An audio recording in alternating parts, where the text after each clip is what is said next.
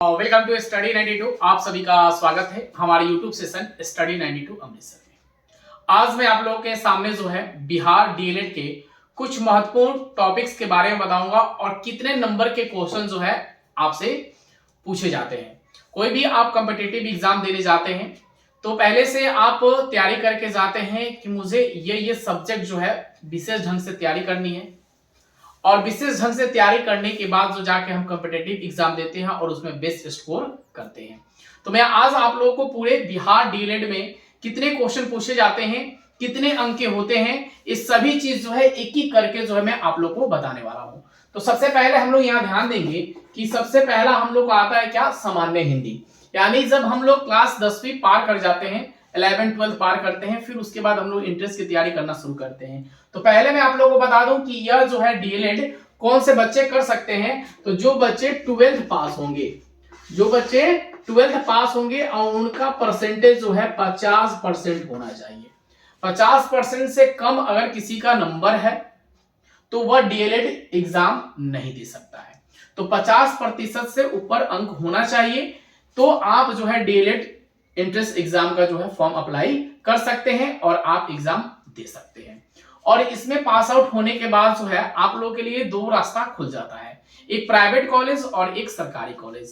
तो अच्छा, अगर आपका यहाँ पे रैंक आएगा, यानी कि मानिए कि 2000 से नीचे रैंक अगर आपका आता है तो सरकारी कॉलेज में जो है आपका एडमिशन हो जाएगा और मात्र जो है आप 24,000 रुपए में, कितने हजार रुपए में, 24,000 रुपए में जो है 2 साल के लिए जो है आप डीएलएड कोर्स करते हैं।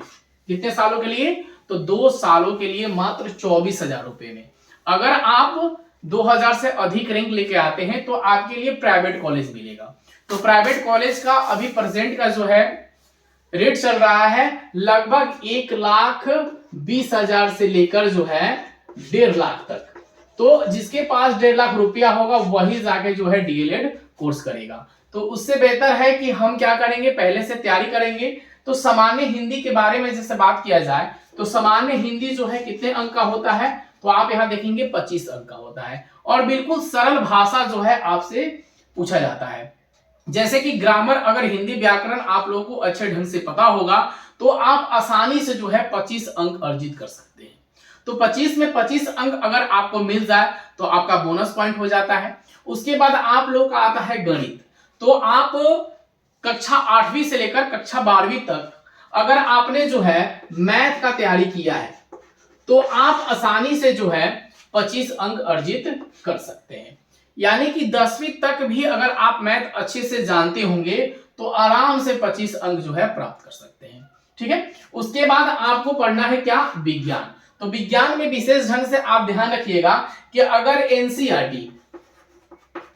एनसीईआरटी अगर आप फॉलो करते हैं बुक तो बेस्ट है आपके लिए, या बिहार के लिए हम लोग क्या यूज कर सकते हैं, एसईआरटी यानी सेक्रेट बुक जो होता है बिहार पब्लिकेशन का, उसे जो है आप यहां ले सकते हैं। तो आपके आस पड़ोस यानी आपके बगल में भी कोई अगर सरकारी विद्यालय में बच्चा पढ़ता होगा और अगर 8वीं में है तो उससे बुक ले लीजिए, 9वीं में है उससे बुक ले लीजिए और 10वीं में है उससे बुक ले लीजिए और बस उतना ही अगर तैयारी करते हैं आप तो आपका विज्ञान जो है आसानी से प्राप्त हो जाएगा। अब जो है कितने अंक का आता है, तो आप सभी बच्चे याद रखिएगा कि 20 अंक का जो है विज्ञान पूछा जाता है। उसके बाद अंग्रेजी, अगर अंग्रेजी ज्यादा हार्ड नहीं आता है, इसमें ज्यादा जटिल क्वेश्चन नहीं होता है। क्यों नहीं होता है? क्योंकि यहाँ पे अंग्रेजी जो भी आपसे पूछा जाता है बेस इसका ग्रामर ही रहता है। तो अगर ग्रामर आप अच्छे से जानते होंगे तो 20 अंक आप आसानी से जो है प्राप्त कर सकते हैं। उसके बाद सामाजिक अध्ययन है, जैसे कि इतिहास, भूगोल, नागरिक शास्त्र, आपदा प्रबंधन, पर्यावरण से संबंधित जो है सामाजिक विज्ञान होता है, यह 20 अंक का होता है और उसके साथ जो है तर्क शक्ति यानी कि 10 अंक रीजनिंग का आता है। तो टोटल मिला के जो है आप 120 अंक जो है आपका होता है और 120 अंक का जो है आपका एग्जाम होगा। उसमें से जो है आपको बेस्ट परफॉर्मेंस करके अच्छा रैंक लाना होता है। तो मैं आप लोगों को बता दूं कि इसमें से जो है मैं आपको क्या क्या पढ़ाऊंगा, तो इसके बारे में जान लीजिए कि मैं आपको सबसे पहले हिंदी पढ़ाऊंगा यहाँ पे, उसके बाद आपको जो है मैं विज्ञान पढ़ाऊंगा और तीसरा सब्जेक्ट जो मेरा रहेगा सामाजिक अध्ययन रहेगा। तो 3 सब्जेक्ट जो है मैं आप लोगों को पढ़ाऊंगा। उसके बाद जो है 2 सब्जेक्ट जैसे कि गणित बच रहा है, उसके बाद तर्क शक्ति बच रहा है और यहाँ पे जो है अंग्रेजी बच रहा है। तो 3 सब्जेक्ट जो है दूसरे सर जो है आपको यहाँ पे पढ़ाएंगे। मैं उनसे भी आप लोगों को मुलाकात करा देता हूं। तो आप लोग की क्लास जो है बहुत जल्द जो है स्टार्ट होने वाली है मेरी यूट्यूब सेशन पे। तो आप सभी बच्चे जो है मेरी इस यूट्यूब चैनल को जरूर सब्सक्राइब करिएगा और अपने दोस्तों में इस वीडियो को जरूर शेयर करिएगा। तो आप लोगों को मैं अपने सर से मिलाता हूं और वह आपको बताएंगे और कौन कौन से सब्जेक्ट आपको पढ़ाने वाले हैं। नमस्कार साथियों, कैसे हैं आप सभी। उम्मीद करता हूं बेहतर होंगे और अच्छे से होंगे और अपनी पढ़ाई जो है और भी बेहतर तरीके से कर रहे होंगे। तो जैसा कि सर ने आपको बताया बिहार डीएलएड के बारे में, ये अपना जो नया कोर्स है, इस कोर्स को हमने लॉन्च किया है जिसमें हम लोग आप लोगों को कराएंगे बिहार डीएलएड और साथ के साथ आप लोगों को एक चीज और जो कि होगा पारामेडिकल, क्योंकि बहुत सारे बच्चे ऐसे हैं जो कि पारामेडिकल का भी एग्जाम देते हैं और बहुत सारे ऐसे स्टूडेंट होते हैं जो कि डीएलएड का भी फॉर्म भर के सोचते हैं कि वो भी जो है एक सरकारी टीचर बने, यानी गवर्नमेंट जॉब जो है उनका लगे। और ये एक बहुत अच्छा साधन होता है गवर्नमेंट जॉब को करने का, जिनका जज्बा होता है, जिनके पास हुनर होती है कि मुझे जो है बच्चों को पढ़ाना है, मुझे किसी को टीच करना है।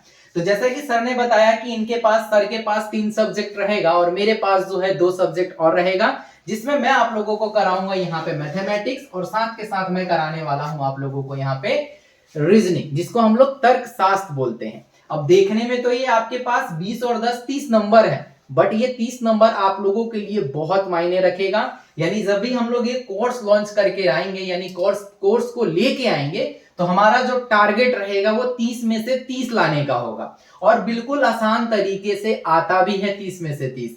अब ये कैसे होगा, क्योंकि मैथ आपको पता है कि यहाँ पे जो भी मैथ पूछेगा वो 10th लेवल का पूछेगा। यानी 10th लेवल में जो है आपने पढ़ा होगा उसमें संख्या पद्धति पढ़ी होगी, यानी नंबर सिस्टम पढ़ा होगा आपने, एलसीएम एचसीएफ पढ़ा होगा आपने, लीनियर इक्वेशन पढ़ा होगा आपने, क्वाड्रेटिक इक्वेशन पढ़ा होगा। अगर हम लोग थोड़ा सा और आगे बढ़े, मतलब पीछे जाए, क्लास 8 में चले जाए, तो क्लास 8 में आपने डिस्काउंट के बारे में पढ़ा होगा कि मान लो कि मैं कहीं किसी दुकान में गया और मेरे को मोबाइल खरीदना है, मान लो, तो मैं गया, मैंने बोला, दुकानदार बोलता है कि भाई ये मोबाइल जो है 20,000 रुपए का है। हम बोलते हैं भैया तनी छूट दे दीजिएगा ना, तो हमको थोड़ा राहत मिल जाएगा। तो ये छूट कैसे मिलता है, छूट आखिर वो दुकानदार कैसे देगा, इसके बारे में पढ़ेंगे।